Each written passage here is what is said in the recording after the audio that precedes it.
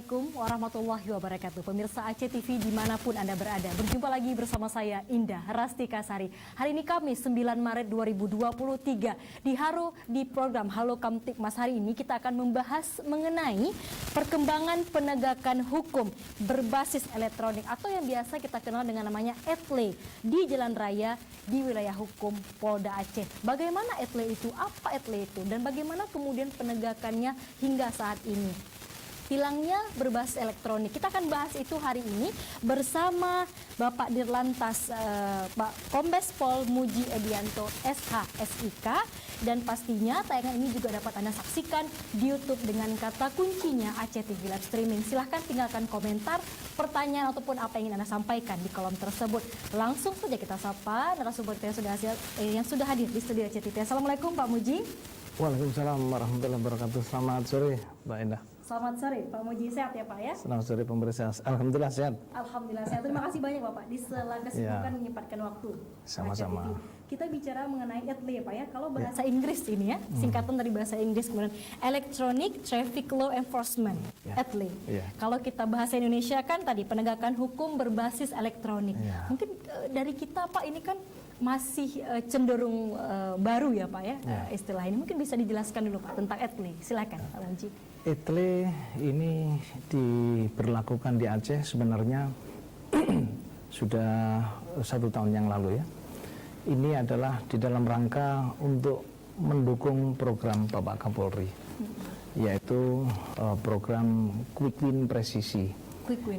Bapak Kapolri ingin terus melakukan terobosan-terobosan untuk mendekatkan pelayanan kita kepada masyarakat, di mana beliau memerintahkan kita, jajaran kepolisian, untuk tidak menggunakan tilang manual lagi, tetapi menggunakan tilang berbasis elektronik tadi, yaitu yang sering disebut, mungkin masyarakat sering mengenal ETLE. Kenapa ETLE ini menjadi satu langkah yang diperlukan oleh Polri? ETLE ini adalah semacam pemolisian modern lah. Di dalam rangka kita menegakkan hukum di jalan raya ini, satu, tentunya nanti tidak ada pertemuan lagi atau berkurangnya pertemuan antara pelanggar dengan petugas. Kalau yang sudah kita lihat, mungkin banyak juga kita lihat di YouTube ya. Kalau petugas ketemu pelanggar, kalau ditindak macam-macam. Yang Pak polisinya di video lah, ya. Jadi terjadi debat, terjadi kadang-kadang penolakan-penolakan. Yang kemudian akhirnya menjadi apa? Ini menurunkan citra Polri. Nah, Bapak Kapolri ingin kita mengurangi itu, menghindari itu. Supaya apa? Ketika masyarakat melanggar, ya kalau kita tindak. Nah ini penegakan hukum berbasis elektronik ini mengurangi yang demikian. Tidak ada pertemuan pelanggar dengan petugas. Kalau ditindak dengan ETLE ini, cukup nanti masyarakat akan terima surat konfirmasi, Mbak. Jadi ada surat konfirmasi itu nanti dia di dalamnya ada fotonya. Baik. Nah, ada fotonya, kemudian nanti dia akan lihat ketika misalnya Mbak Indah kita tindak ya, nanti ada surat konfirmasi ke rumahnya Mbak Indah. Di situ ada datanya, Mbak Indah misalnya tidak pakai helm, ada fotonya di situ. Jadi kalau mau ngomong nggak bisa, ada fotonya. Ada fotonya. Ya, kemudian ada data-data lagi dan ada di situ ada barcode dan lain sebagainya yang nanti menuntun pelanggar untuk menyelesaikan.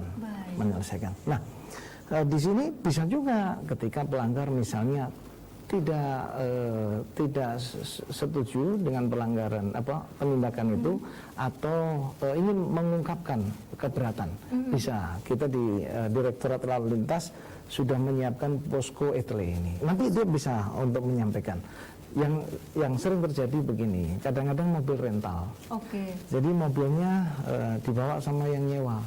Nah, itu nanti surat konfirmasi akan datang ke rumahnya yang punya mobil. Pemilik mobil. Ini bukan saya yang bawa, gimana ceritanya? Begitu diingat-ingat, iya Pak kemarin ini disewa orang. Itu memang permasalahan-permasalahan itu selalu ada. Tetapi kita terus maju untuk memperbaiki sistem layanan etle, di mana kita juga ingin meringankan proses penyelesaian denda ini. Jadi misalnya kalau sudah jelas ya ini fotonya Mbak Indah melanggar nggak pakai helm misalnya, di situ udah bisa langsung transfer ke bank melalui kode BRIVA, di mana kita bekerja sama dengan Bank BSI dan Bank BRI, nanti bisa transfer. Jadi misalnya nggak pakai helm, itu dendanya di situ muncul 250. Transfer aja 250, nanti itu sudah selesai. Tapi kalau tidak transfer dan tidak ngabari, artinya tidak memberitahu ke posko etle, nanti ketika akan perpanjangan, misalnya Mbak naik sepeda motor, begitu mau perpanjangan di Samsat sudah terblokir. Bisa diperpanjang kalau menyelesaikan bayar dulu tadi. Iya, denda tulang itu ke negara itu, jadi bukan ke Pak Polisi. Bayar yang tadi dulu baru Iya, kita tinggal transfer ke negara, nanti tunjukkan, nah baru dibuka blokirnya. Baik, artinya juga mengurangi kan kalau biasanya Pak, kalau yang sebelumnya itu kalau udah ada polisi itu yang berdiri udah langsung putar balik kanan gitu kan. Dan kalau ini juga mengurangi hal itu. Dan juga Pak, bagaimana kemudian akhirnya nih bisa sampai surat konfirmasi itu ke rumah Pak? Apa aja pelanggaran-pelanggaran tadi? Contohnya misalkan tadi saat tidak pakai ini helm. memang pelanggaran yang kita tindak masih terbatas, yaitu satu, dia nerobos traffic light. Oke, nerobos lampu merah ya Pak? Iya. Lagi merah dia hijau aja terus ya Pak ya? Yang kedua nggak pakai helm. Tidak pakai helm. Depan belakang kalau berboncengan ya Pak? Iya, kalau pakai helm harus depan belakang. Jadi walaupun dekat pakai helm juga, karena kan biasa kalau dekat Pak, enggak ke situ aja dekat, ke depan gitu ya Pak. Ketika dekat, laka lantas kita tidak tahu. Iya, ada beberapa kejadian dekat memang, tapi di situ kemudian ancaman ada. Gitu. Kemudian yang ketiga sabuk pengaman. Kalau untuk yang berkendara roda 4. Iya, roda 4. Jadi sementara yang kita giatkan penindakan 3 itu dulu. Ini memang terus berproses, nanti tentunya akan berkembang pada pelanggaran-pelanggaran yang lain. Seperti itu. Nah, ini perlu juga diketahui oleh masyarakat bahwa etle ini ada etle statis dan ada etle mobile. Oke, ada statis, ada mobile, gimana nih Pak? Kalau yang statis itu memang saat ini tempatnya baru di 5 titik, baru di 5 titik di Aceh Besar, dengan di Kota Banda Aceh. Perlu saya sebutkan, tapi jangan nanti kemudian tertibnya di situ aja ya. Kita tertibnya di 5 titik itu aja ya. Satu di Simpang 5. Simpang 5 Banda Simpang Aceh. 5 itu ada 2. Kemudian yang ke satu dua tadi ya, ada titik pertama ada ada dua CCTV di Simpang 5. Kemudian yang kedua di Lambaru. Kemudian yang ketiga di Simpang PDAM, Masjid apa itu? Masjid Oman. Masjid Oman. Oke. Ya, itu kemudian satu lagi, satunya nggak lupa. Tapi itulah namanya etle statis. Nah, untuk etle mobile memang belum banyak, tetapi ini sudah kita berlakukan di wilayah Kota Banda Aceh dan Aceh Besar. Bagaimana yang mobile ini? Mobile ini adalah anggota Polri patroli, ketika menemukan pelanggaran maka dia akan ambil dokumentasinya. Jadi kalau ada anggota Polri ngambil foto, jangan nanti senyum-senyum begini, tahu-tahu itu nanti ada surat ke rumah. Gitu ya Pak, ini bukan di selfie sama Pak polisinya. Jadi misalnya nggak pakai helm, kemudian ada Polri, nah itu dia langsung terkoneksi ke posko etle. Tapi kalau tiba-tiba pakai helm tuh Pak, udah polisi udah tahu nih pakai helm Pak. Anggota Polri juga ini melakukan kegiatan-kegiatan itu secara persuasif. Artinya misalnya mau dipoto dia pakai helm juga dibiarkan. Kita juga gini, kita tidak mencari pelanggaran, tetapi sebenarnya kita ingin mendorong semua lapisan masyarakat untuk bersama-sama tertib berlalu lintas lah kira-kira itu. Karena jika kita lihat datanya, kecelakaan lalu lintas yang orang tidak menggunakan helm, jadi sepeda motor yang dia tidak menggunakan helm, ketika terjadi kecelakaan lalu lintas, secara garis besar 75% itu mengalami luka yang cukup serius. Satu gagal otak, Terutama di bagian kepala. iya. Ya. Kedua bisa sampai meninggal dunia. Maka kita mendorong supaya masyarakat menggunakan helm lah. Tapi helm juga begitu, kadang-kadang helm dipakai tidak dikancing, itu juga bahaya. Jadi kalau helm dipakai ya harus dikancing, seperti itu. Karena kalau nanti terjadi benturan, helm lepas, kepala yang bentur. Begitu ya. Karena Bapak polisi, Ya. jadi untuk melindungi kepala. Jadi ada polisi pakai helm. Ya, ya, ya. Jadi seperti itu. Baik, menarik Pak. Kalau kita kan bicara tadi ada status, ada juga mobile. Artinya yang mobile ini Pak polisinya yang terjun langsung, yang kemudian merekam Ya.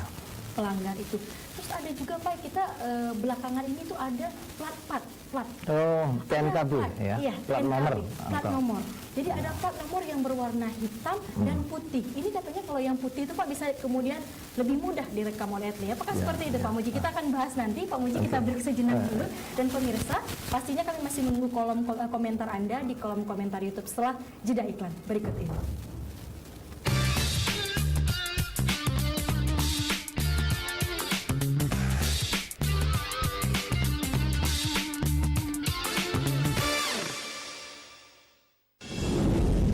Sebagai Muslim, kita harus berkomitmen terhadap nilai-nilai Islam dalam kehidupan, disiplin dan berintegritas tinggi, serta pantang menyerah tanpa melupakan kewajiban ibadahnya. Kreatif, inovatif, dan kolaboratif yang bersandar kepada Sang Pencipta adalah kunci keberhasilan. BSI Aceh Muslimpreneur, sebuah program pelatihan yang akan membimbing kamu untuk meraih sukses. BSI Aceh Muslimpreneur hadir dalam 3 kategori usaha. Starter buat yang baru memiliki ide usaha. Scale up untuk usaha yang berjalan maksimal 2 tahun dengan omset minimal 50 juta per tahun. Sustainable untuk usaha yang berjalan minimal 2 tahun dengan omset minimal 200 juta per tahun. Ayo daftarkan usahamu di acehmuslimpreneur.id sekarang juga dan dapatkan total hadiah ratusan juta rupiah. BSI Aceh Muslimpreneur. Muslim berdaya, Muslim berwirausaha. Bank Syariah Indonesia.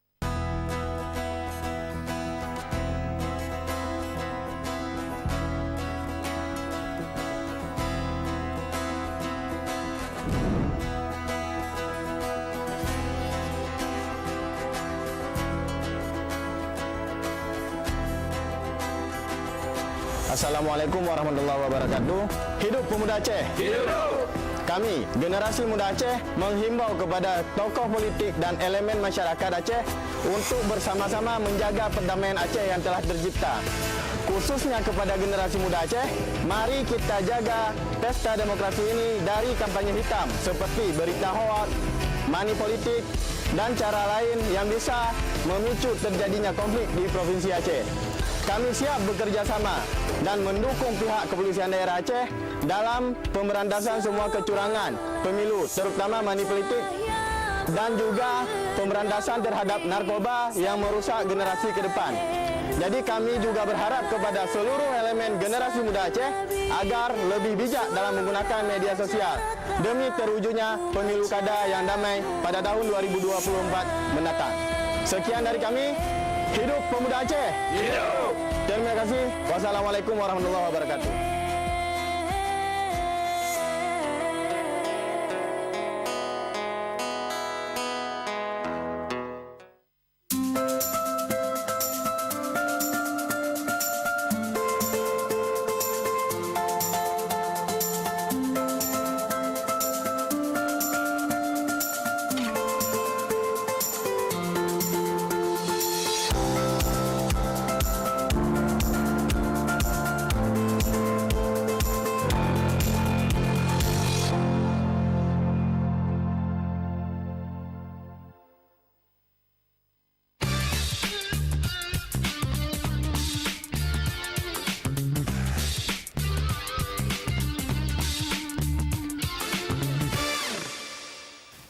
Terima kasih pemirsa, Anda masih setia di layar Aceh TV. Pastinya kita masih di program Halo Kamtipmas dan kita membahas hari ini mengenai ETLE, Electronic Traffic Law Enforcement, atau yang tema kita perkembangan penegakan hukum berbasis elektronik di jalan raya di wilayah hukum Kota Banda Aceh. Masih bersama Bapak Dipas. Aceh. Dan kita tadi sudah membahas bagaimana kemudian perkembangannya, ada etle statis dan juga etle mobile. Dan kami masih menunggu pastinya komentar-komentar Anda di kolom komentar YouTube Aceh TV Live Streaming. Tadi sebelum break Pak Muji ya, tadi kita bahas maksudnya ada TNKB itu, ada plat, ada yang berwarna hitam dan putih, itu bagaimana Pak perbedaannya? Plat nomor TNKB ya, tanda nomor kendaraan bermotor atau yang sering disebut plat nomor gitu ya. Itu memang ada perubahan dari yang dasarnya hitam, kemudian sekarang menjadi putih. Di Aceh itu, untuk di Provinsi Aceh itu baru berlaku untuk roda 2. Nah, roda 4 belum. Kenapa? Kalau di Medan roda 4 sudah.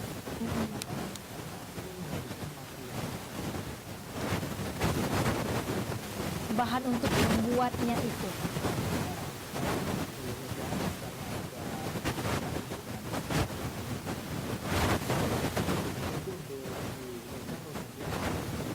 Artinya dasar apa Pak diganti, hanya diganti ke putih itu Pak? Maksud itu tadi supaya lebih jelas, dan kemudian ada kaitannya juga dengan etle ya. Ketika dilihat dengan kamera itu lebih mudah untuk terdeteksi lah kira-kira. Artinya di wilayah Aceh itu baru roda 2 Pak yang Ya, memakai plat nomornya. plat nomor berwarna putih. Berarti yang kalau yang baru motor ataupun yang baru itu sudah putih Pak platnya. Ya. Jadi roda 2 itu sudah putih semua, baik baru maupun yang lama putih semua. Berarti yang masih yang hitam Pak, kalau masih yang hitam Pak? Hitam nggak ada sekarang. Kalau hitam mungkin yang dulu. Yang dulu maksudnya, yang dulu itu nggak apa-apa. Nggak apa-apa. Oke. Artinya ini kan berproses. Oke. Nah, jadi bukan kemudian langsung yang hitam itu ditarik, bukan juga. Jadi yang hitam yang karena dulu dia dapatnya hitam karena waktu itu memang masih hitam materialnya, itu nggak apa-apa, digunakan dan Artinya perubahan tadi karena memang bahannya ya Pak ya, materialnya, dan juga ada hubungannya tadi dengan etle. Lebih mudah direkam kalau itu putih. ya. Baik, ini sudah masuk Bapak pertanyaan dari kolom komentar YouTube, kita bacakan. Dari Agung Aceh, Bapak kalau boleh tahu sistem hukumnya gimana? Apakah didenda dan bayar saat bayar pajak kendaraan atau ada surat yang dikirim ke rumah? Ya. Itu Pak. Jadi tadi saya sudah jelaskan, saya ulang lagi bahwa mekanismenya adalah yang pertama ini yang etle statis ya, sebenarnya hampir sama dengan yang mobile.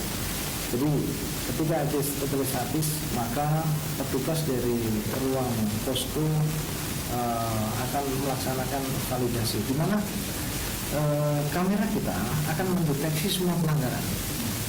Tetapi tidak semua pelanggaran itu bisa ditindak. Jadi semua pelanggaran akan terekam oleh kamera CCTV etle. Tetapi nanti dari situ petugas akan melaksanakan proses validasi.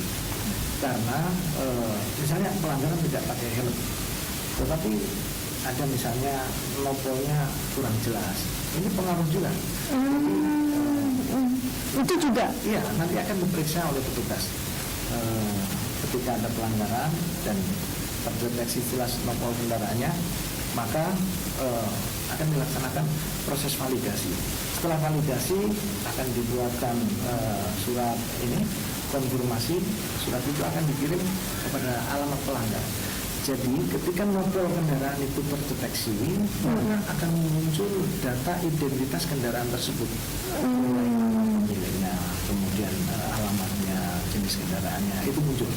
Karena itu terkoneksi dengan yang namanya data di ERI, elektronik registrasi dan identifikasi. Nah, jadi begitu nopol terikot, maka langsung akan muncul data-datanya. Baik. Nah, datanya itu akan menjadi alamat yang kita tuju. Baik. Jadi nanti di situ ada fotonya, tadi saya sampaikan misalnya nggak pakai helm, ada fotonya, kemudian ada surat konfirmasinya, kemudian ada data-data lain yang nanti dikirim kepada pelanggar untuk dibaca, dan nanti di situ ada petunjuk. Oke. Bicara data Pak Dir, ini poin kemudian adalah misalkan kendaraan tersebut sudah dijual, tapi belum balik nama ataupun belum berubah namanya. Nah ini gimana Pak persoalan kemudiannya ini? Apakah kembali ke si pemilik tadi yang sudah menjual itu seperti apa Pak Dir? Ini etle ini tentunya berproses. Kita juga sedang memperbaiki sistem data kita. di mana sekarang ini sedang berjalan namanya proses pemutihan ya. Kemudian termasuk diantaranya salah satu klausulnya adalah pemutihan itu membebaskan biaya balik nama. Oke. Saat ini salah satu item pemutihan adalah membebaskan biaya balik nama. Kenapa? Kita ingin mendorong semua lapisan masyarakat untuk membalik nama kendaraannya sesuai dengan identitas KTP-nya. Dan itu gratis ya? Gratis. Ya, kalau dulu kan ada bayar. Iya, ini sedang masanya pemutihan ya Pak? Jadi kami bekerja sama dengan pemerintah daerah, dalam hal ini BPKA, kemudian Jasa Raja, karena samsat itu kan terdiri dari 3 instansi, dan kemudian disetujui oleh Bapak Gubernur. Maka kemudian timbul program pemutihan ini dalam rangka kita berupaya untuk memperbaiki sistem data. Kita mendorong sebuah tenaga supaya masyarakat ramai-ramai membalik nama karena gratis. Gratis, oke. Nah, dengan begitu maka pelan-pelan kita akan mengikis kejadian yang tadi disampaikan. Yang terjadi sekarang masih banyak. Karena saya ke Mbak Indah, kemudian sama Mbak Indah nggak segera dibalik nama. Begitu dipakai, akhirnya ke saya. Itu surat konfirmasi, belinya datang ke saya. Nah, itu nanti ada solusi di mana dikasih kesempatan untuk konfirmasi. Bisa di kantor ada posko retele kita, tempat menangani pengaduan tersebut bisa dijelaskan. Jadi misalnya sampai kan penjualan bisa dilakukan orang dengan orang mungkin kenal. Iya. Ada juga yang mungkin tidak kenal. Tidak mungkin kenal. belinya dari Agen misal Pak? agen atau showroom. Showroom. Nah, kalau sampai seperti itu tidak bisa dideteksi, kita juga maklum. Kita bebaskan. Artinya dibebaskan kalau seperti itu. Seperti itu kita bebaskan. Oke, baik. Berarti tadi pemutihan ya Pak, kita bicara pemutihan, tadi ada balik nama. Apalagi Pak yang program yang di pemutihan ini? Pemutihan termasuk selain itu dari balik nama gratis, termasuk ini pajak kendaraan. Yang punya kendaraan lebih dari satu kan kena lupa namanya. Pajak progresif. Oke. Jadi selama proses program pemutihan ini dibebaskan orang bayar pajak, tidak ada kena pajak progresif walaupun misalnya dia punya misalnya mobil 2. Artinya dia punya kendaraan lebih dari satu ya Pak? Itu tidak ada pajak progresifnya. Oke. Makanya kita sangat berharap masyarakat bisa memanfaatkan program pemutihan. Oke, tadi pajak progresif juga ini Progresif tidak ada, kemudian balik gratis. nama. Dan juga kalau ada yang telat bayar pajak itu juga ya Pak ya? Ya. Telat setahun, 2 tahun. Saya agak lupa kalau nggak salah, misalnya mati 5 tahun, kalau nggak salah cuma dikenakan 3 tahun. Kalau nggak salah. Oke, berarti didiskon nih Pak? Diskon. Didiskon waktunya. Baik, ini sampai tanggal berapa Pak pemutihan ini? Ini program yang tahap 2 Tahap 2. sampai akhir April. 30 April ya Pak ya? Oke, baik, sampai akhir April. Jadi akhir April, jadi masyarakat bisa memanfaatkan kesempatan ini untuk bisa tadi balik nama, kemudian bayar pajak ya Pak ya, dan itu dimudahkan pastinya dengan poin-poin tadi. Nah, ini kalau kita bicara pelanggaran Bapak, kalau pelanggaran lalu lintas di wilayah hukum, di wilayah Aceh ini apa saja kemudian yang paling banyak Bapak? Kalau pelanggaran yang menonjol sebenarnya tidak pakai helm. Tidak pakai helm. Ya, tidak pakai helm. Ini masih menjadi PR kita, PR kami dan PR kita semua sebenarnya. Jadi masalah helm ini memang tidak mudah. Helm ini sebenarnya kan untuk kepentingan si pengemudi. Tetapi kadang-kadang jika kita terlalu keras, nanti itu juga pasti akan ada kritik. Waduh, Pak Polisi ini tidak punya ini ya. Hati nurani. Padahal sebenarnya ketika kita menindak orang nggak pakai helm, maka sebenarnya kita ingin menyelamatkan nyawanya. Ya, karena yang tadi saya sampaikan. Jadi kejadian kecelakaan lalu lintas itu, saya bisa sampaikan 70% lebih itu roda 2. 70% lebih roda 2. Roda 2 terlibat. Nah, dari roda 2 yang terlibat ini, itu sebagian besar tidak menggunakan helm. Nah, kalau tidak menggunakan helm, maka kita fatal. Nah, sebenarnya kita menindak, kita ingin menyelamatkan. Cuman pesan ini kan kadang nggak bisa diterima. Yang diterimanya kan nggak enak. Ini Pak Polisi tidak ada hati nurani, apa lainnya Pak. Jadi dikisi-dikisi gitu yang keluar. Kita kemana-mana misalnya, apalagi kalau di luar daerah. Yang kedua, anak-anak di bawah. Jadi, ya orang tua, ya sekolah, ya masyarakat. Jadi anak-anak yang di bawah umur ini kan yang lebih fatal kadang-kadang anak-anak. Nah, ini mudah-mudahan sekarang sudah mulai gejalanya kan kalau anak-anak bisa melakukan tapi sebenarnya kita sedang menunjukkan jalan yang salah kepada anak-anak kita dan resikonya besar kalau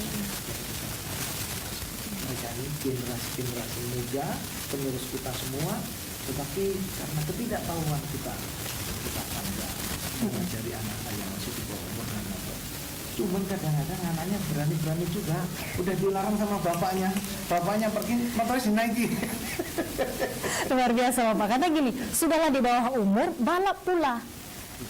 Jadi kalau saya misalkan di jalan raya nih Pak, saya hati-hati sekali Pak, kalau udah ada itu saya berhenti, dan mending saya berhenti daripada menghadapi, karena gini, kalau sudah kejadian, kita apalagi anak-anak di bawah umur gitu ya Pak ya, mungkin nanti kita Bapak lebih spesifik, mungkin ada saran-saran untuk masyarakat, tapi kita lanjutkan nanti Pak Muji, jangan kemana-mana pemirsa, di segmen akhir kami masih akan segera kembali.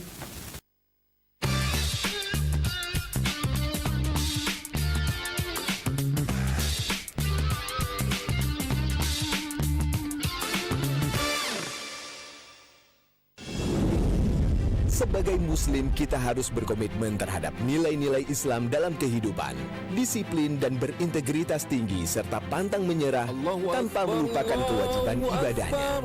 Kreatif, inovatif, dan kolaboratif yang bersandar kepada Sang Pencipta adalah kunci keberhasilan. BSI Aceh Muslimpreneur, sebuah program pelatihan yang akan membimbing kamu untuk meraih sukses. BSI Aceh Muslimpreneur hadir dalam 3 kategori usaha. Starter buat yang baru memiliki ide usaha. Scale up untuk usaha yang berjalan maksimal 2 tahun dengan omset minimal 50 juta per tahun. Sustainable untuk usaha yang berjalan minimal 2 tahun dengan omset minimal 200 juta per tahun. Ayo daftarkan usahamu di acehmuslimpreneur.id sekarang juga dan dapatkan total hadiah ratusan juta rupiah. BSI Aceh Muslimpreneur. Muslim berdaya, Muslim berwirausaha. Bank Syariah Indonesia.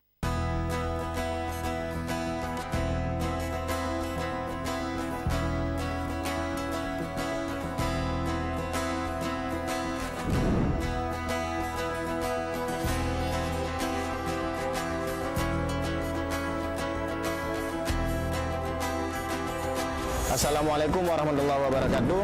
Hidup Pemuda Aceh. Hidup. Kami, generasi muda Aceh, menghimbau kepada tokoh politik dan elemen masyarakat Aceh untuk bersama-sama menjaga perdamaian Aceh yang telah tercipta.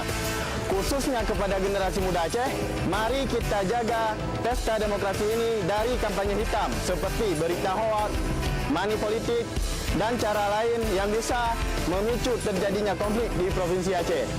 Kami siap bekerja sama dan mendukung pihak kepolisian daerah Aceh dalam pemberantasan semua kecurangan pemilu, terutama money politik, dan juga pemberantasan terhadap narkoba yang merusak generasi ke depan. Jadi kami juga berharap kepada seluruh elemen generasi muda Aceh agar lebih bijak dalam menggunakan media sosial demi terwujudnya pemilu kada yang damai pada tahun 2024 mendatang. Sekian dari kami. Hidup Pemuda Aceh. Hidup. Terima kasih. Wassalamualaikum warahmatullahi wabarakatuh.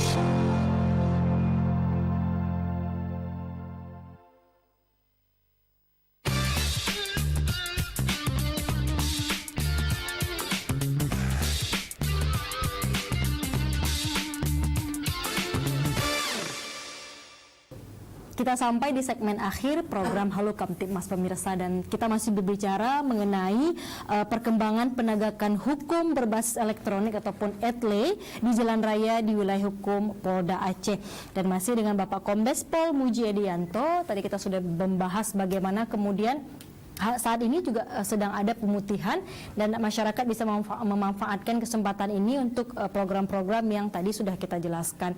Mungkin tadi ada Pak ya pelanggaran-pelanggaran yang kita diskusikan sebelum break.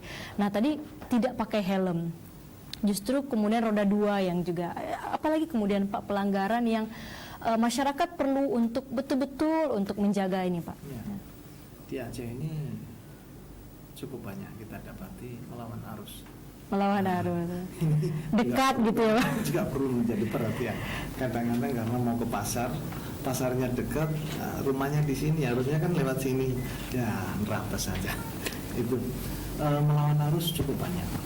Ini memang menjadi PR kita ya, artinya kita harus sama-sama memberikan pengertian supaya masyarakat sadar bahwa melawan arus itu sebenarnya membahayakan. Ketika ada yang kecepatan tinggi dari arah yang berlawanan itu juga membahayakan. Seperti itu. Tadi yang kita bicara termasuk anak-anak di bawah umur. Itu kok lebih kompleks lagi ya Pak ya, sudah tidak pakai helm, balap, melanggar juga lawan arus. Yang sebenarnya tadi saya sampaikan lebih jauh lagi kalau kita mau mengikis anak-anak itu ya tentunya harus disiapkan fasilitas angkutan umum oleh pemerintah yang aman, nyaman, tepat waktu sehingga masyarakat, atau saya ulangi, adik-adik ketika mau ke sekolah tidak pernah terlambat. Kalau angkutan umumnya nggak tepat waktu, angkutan umumnya nggak aman dan nyaman, ya adik-adik mau naik ya takut. Yang kedua takut terlambat. Terlambat, iya. Ini mungkin prosesnya agak panjang nih Pak kalau itu melibatkan banyak pihak pastinya. Ya teman-teman dinas perhubungan. Semua. Ini juga berkaitan dengan anggaran, kemampuan. Oke. Baik Pak, kita balik ke ETLE. Kendala lain Pak, mungkin ada yang kendala dari ETLE ini. Apa yang ini Pak? Yang menjadi permasalahan cukup serius sebenarnya adalah KTP. Karena KTP itu kan menjadi dasar terbitnya faktur itu menjadi dasar terbitnya dokumen kendaraan bermotor. Jadi semua dokumen kendaraan bermotor ini dasarnya adalah dari KTP identitasnya. Masalahnya di Aceh ini KTP ini kadang-kadang alamatnya itu tidak ada jalannya. Gampang ini gitu. Jadi itu orang kantor pos itu nyari sak gampang nanya ini. Misalnya namanya Pak Iskandar, mohon maaf ya, atau Pak Muji. Pak Muji, itu sak kampung ditanya itu, Pak Muji rumahnya mana Pak? Ini juga menjadi PR. Maka kami sudah pernah juga melaksanakan rapat koordinasi dengan teman-teman dari Dukcapil. Ya. Dan teman-teman Dukcapil juga menyampaikan ini memang sebagian ada juga Pak dampak dari tsunami. Di mana ketika tsunami dan kemudian dilakukan pembangunan itu ini yaitu tadi alamatnya itu cuman gampang-gampang gitu aja. Jadi jalannya belum ada. Mungkin kita juga harus nanti menggandeng semua pihak, siapa ini yang bisa ngasih jalan kampung ini, jalan ini. Jadi nanti KTP-nya itu bisa kita sempurnakan. Karena kalau enggak itu tadi, waduh teman-teman kantor pos nyari saudara Muji itu, tuanya tanya gitu, enggak ketemu, kira-kira setengah jam baru ketemu. Jadi mau kirim surat cinta nih ke rumah Pak Muji, mau Mujinya entah di mana gitu, cari-cari satu. Setengah mati juga. Jadi itu menjadi salah satu kendala yang cukup serius. Tapi mudah-mudahan ada follow up dari teman-teman Dukcapil karena sudah kita laksanakan rapat koordinasi dengan teman-teman pemerintah daerah juga. Poin lain Bapak, kendala yang mungkin kita bisa untuk khususnya untuk himbauan kepada masyarakat Pak Muji. Ya, sementara kemudian kendala memang pelanggaran yang bisa kita tindak saat ini masih terbatas. Belum semua pelanggaran. Baru yang kami sampaikan tadi prioritas 3 pelanggaran itu. Nanti tentunya akan berkembang pada pelanggaran-pelanggaran lain yang berisiko menyebabkan kecelakaan lalu lintas berakibat fatal. Tapi sementara saat ini yang kita laksanakan baru 3 pelanggaran. 3 pelanggaran. Artinya Pak masih ada kemudian operasi yang di jalan gitu ya Pak ya?